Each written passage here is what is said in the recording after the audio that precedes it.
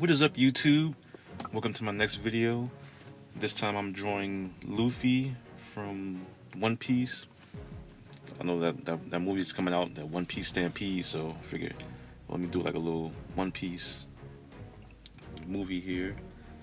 And right now I'm doing a slower video, for at least for the first part, where I'm creating the circle for the head, and I make the cross lines so I know where to put the eyes at. So I'm doing two circles for the eyes that I put in the middle line, and I'm starting to put the eyebrows and form all the shapes I need within that center line, and also figure out where to put the nose at.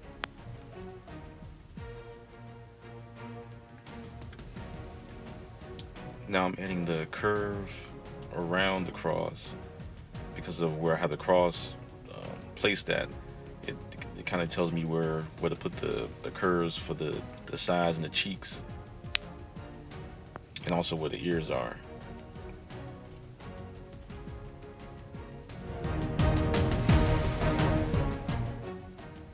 Now for this part, I always put the lines where the pupils are in the eyes, because that's on pretty much any face. That's as far as where a mouth goes. So when you're creating a face, no matter which angle you're opposing the head, those lines with your mouth will always end where the pupil is on each of the eyes. Unless you're smiling or making weird gestures with your face, then that's when you kind of extend the line past the pupil. But that's pretty much where those lines will go. That's why I always put that there.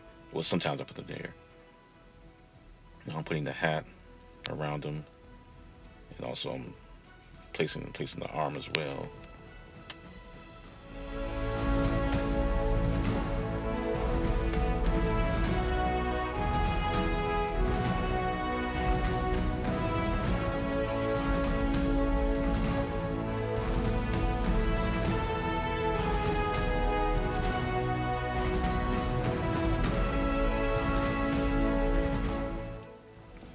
Now, when doing this section, I always like to place or add boxes for the fingers.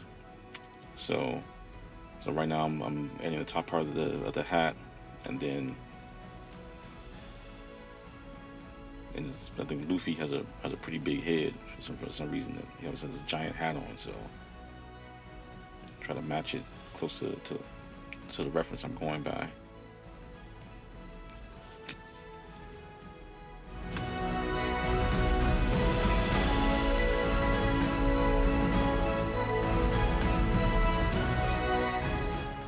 Right now I'm working in the ears, making sure that the ears are where the top pupil is, and to the bottom where the nose is.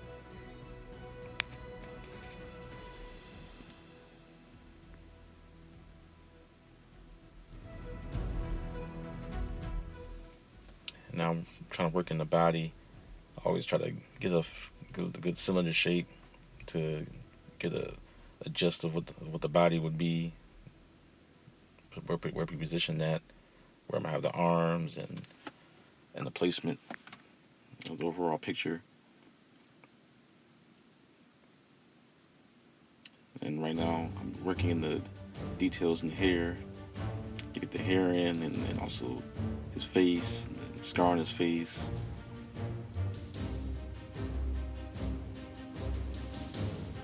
Well, the thing about working in the red pencil is when it gets to the inking part of the drawing, the red pencil doesn't smear as much, and whenever I use a regular pencil, it smears a lot, especially when you're going over with the ink sometimes, or maybe my hand's going across it, and with the red pencil, it doesn't do it as bad as a normal pencil would. And usually when I'm going across it with Copic markers, it's easy for that too, because Copic markers can easily go over the red pencil without smearing or getting lead on the pencil. Cause I don't want to damage those Copic markers, because they're pretty expensive. I mean, we can't be going through those like that. Right now I'm getting the clothing straight. a lot of wrinkles. So I'm trying to make sure I get the vest, and also his upper chest area, and I have to work in the scar. The X-shaped scar that he has on his chest. Which I'm gonna add in.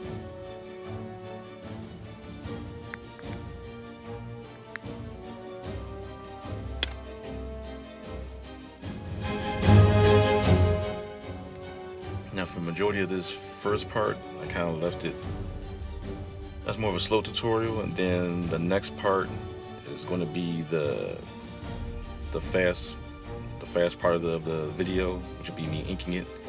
I forgot I didn't really have to explain too much when going through the second part of the video. I didn't want it to last too long explaining the pencil part and then the inking part. So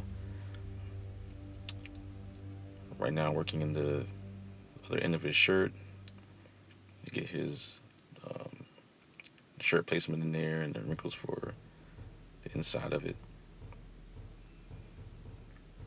And if you like what you see, make sure you like, subscribe, comment. Alright, enjoy the rest of the video.